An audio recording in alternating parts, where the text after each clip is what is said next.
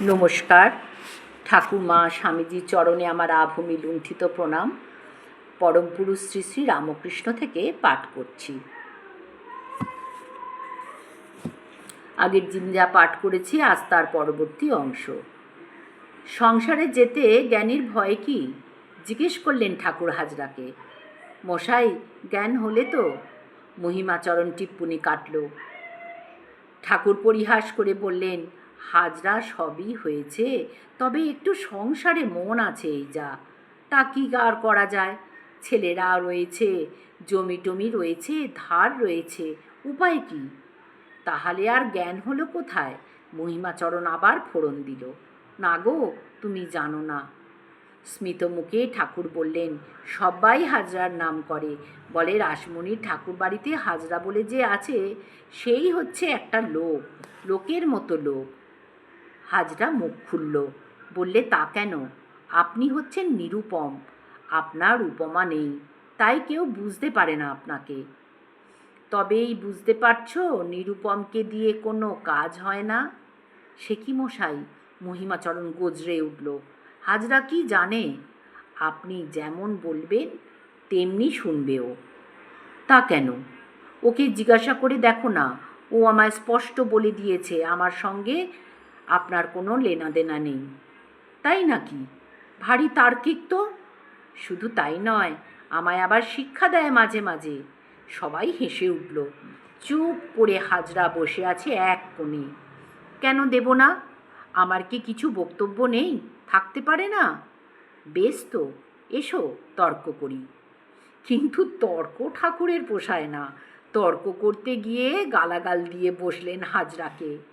তারপরে শুতে গেলেন মশারির মধ্যে। শুয়ে কি শান্তি আছে? তর্কের ঝোঁকে কি কটুকতা বলেছেন, হয়তো মনে ব্যথা পেয়েছে হাজরা, সেই ভেবে অস্থির। তারপর আবার চলে এসেছেন মশারির বাইরে। বাইরে এসে হঠাৎ প্রণাম করে বসলেন হাজরাকে। তোমাকে না মানি, কিন্তু তোমার নিষ্ঠাকে প্রণাম, প্রণাম তোমার বাকশক্তিকে। গালাগালিতেও যে তুমি অবিচলিত থাকো, প্রণাম তোমার সেই আঘাত বিজয়ী প্রতিজ্ঞাকে। শুনেছি, আবার কি বলেছি মনে, বেরিয়ে এসে হাজরাকে প্রণাম করে। যাই তবে হয়। শুনেছি, আবার কি বলেছি মনে করে বেরিয়ে এসে হাজরাকে প্রণাম করে যাই তবে হয়। কিন্তু এতেও হাজরার হলো না। ছাড়তে না পারো দালালি, বৈদি ভক্তি, দেশাচার, কামিনী কাঞ্চন, ফলাকাঙ্ক্ষা। মায়ের কাছে বসেও মালা জপ করবে? এ কি হীন বুদ্ধি! এ যে এখানে আসবে তারই চৈতন্য হবে, একেবারেই চৈতন্য হবে। তার আবার কিসের মালা জপ? তার শুধু রাগ ভক্তি, তার শুধু রঞ্জন অঞ্জন। গোলকধাম খেলা হচ্ছে, মাস্টার, কিশোরী, লাটু আর হাজরা, চারজনে খেলোয়াড়। হঠাৎ ঠাকুর এসে দাঁড়ালেন এক পাশে। কি ব্যাপার, কত দূর? মাস্টার আর কিশোরীর ঘুঁটি উঠে গেল। ধন্য তোমরা দুই ভাই, উল্লাস করে উঠলেন ঠাকুর। শুধু তাই, নমস্কার করলেন দুই ভাইকে। কেন করব না? ওরা জয়ী হয়েছে, ওদের জয়ের মধ্যে যে ঈশ্বরের করুণা। কাকে না নমস্কার করছেন? পঞ্চবটিতে এক সাধু এসেছে, যেন মূর্তিমান দুর্বাসা।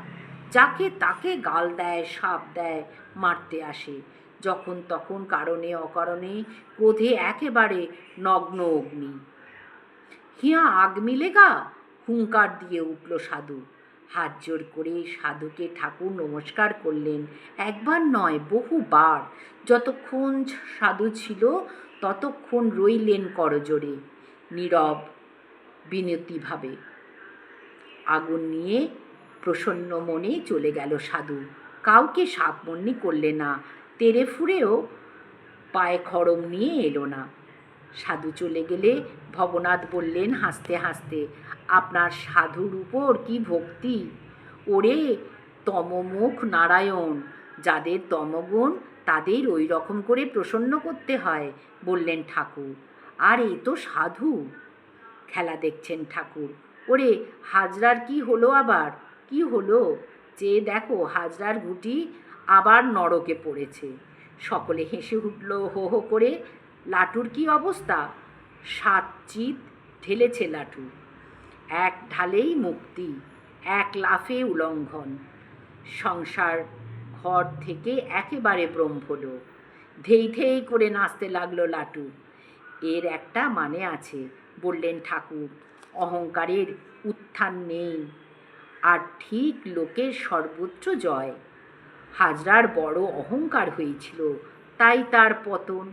আর লেটো হচ্ছে ঠিক লোক, তাই তার ঊর্ধ্বগতি। ঈশ্বরের এখনও আছে যে ঠিক লোকের কখনো কোথাও তিনি অপমান করেন না। ঈশ্বরের এমনও আছে যে ঠিক লোককে কখনো তিনি অপমান করেন না, সর্বত্র জিতিয়ে দেন। হরি ওম তৎসৎ। শ্রীরামকৃষ্ণার্পণমস্তু।